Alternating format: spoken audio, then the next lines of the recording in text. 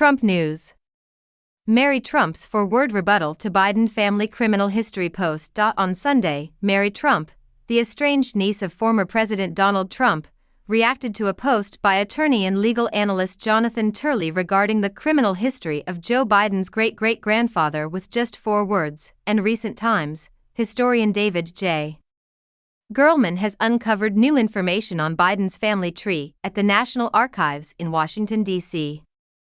According to Gerlman, Biden's great-great-grandfather Moses J. Robinette faced multiple counts, including attempted murder, but Lincoln pardoned him. On Saturday, Turley, a law professor at George Washington University and an outspoken critic of the Biden family, used X, formerly Twitter, to promote a new opinion piece he had written for The Hill, in which he discussed the discovery of Joe Biden's great-great-grandfather's criminal past. As it turns out, avoidance of accountability might be a passed-down quality in some families. An anonymous X user added the following to Turley's comment as readers provided context: there is no evidence of an increased hereditary inclination for unlawful activity.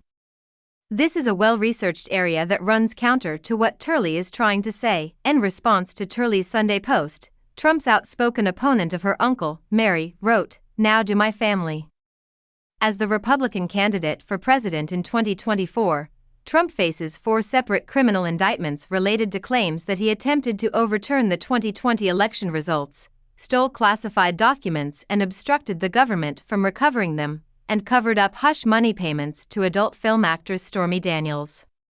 The ex-president has maintained his innocence and accused his accusers of being politically driven, pleading not guilty to all allegations, writing, "It takes an awful lack of sense of humor to accept this as a literal indication of a genetic predisposition toward criminality."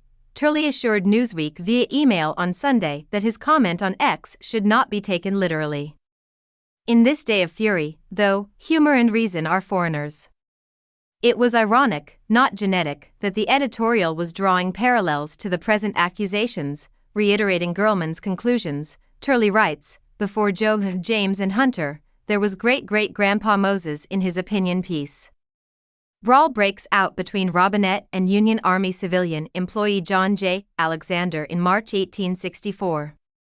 Military judges convicted Robinette of all charges, with the exception of attempted murder, despite his later self-defense assertion that he had drawn a pocketknife and cut Alexander multiple times. While serving his 2-year hard labor term, 3 Army officers who knew Robinette petitioned Lincoln to pardon him.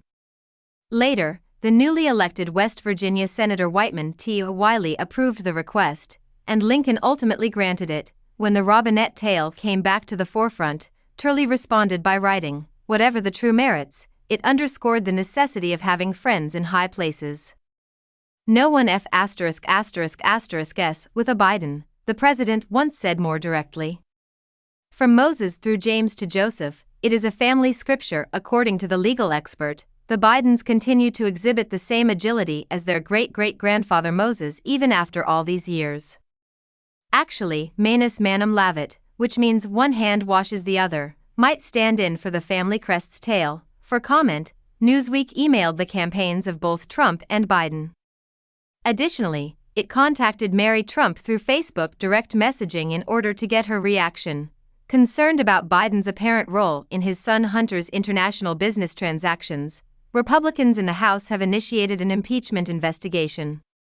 White House officials have denied time and time again that the president was involved in his son's business affairs, but accusations persist that the president personally benefited from them. Just last week, Alexander Smirnov, a former FBI informant who played a pivotal role in the investigation into the Biden impeachment, faced charges of making false statements and creating false documents related to the Biden family's commercial transactions in Ukraine. A member of the House Oversight Committee overseeing the investigation into impeachment, Representative Jamie Raskin, Democrat Maryland, has said that the investigation has basically finished, thereby throwing a kink into the House Republicans' investigation. At the same time, Republican House Judiciary Committee head Jim Jordan of Ohio has stated that the core facts that are driving Biden's impeachment investigation remain unchanged, notwithstanding Smirnov's indictment. His committee has collaborated with the Oversight Committee in this investigation. The vice president's son, Hunter Biden, has pleaded not guilty to 3 federal counts related to firearms. The accusations stem from his October 2018 attempt to buy a pistol by falsifying information on a federal form regarding his drug use. The DOJ has filed tax charges against him, claiming that he avoided paying federal taxes totaling at least $1.4 million from 2016 to 2019. Additionally, he has entered not guilty pleas to each of these accusations.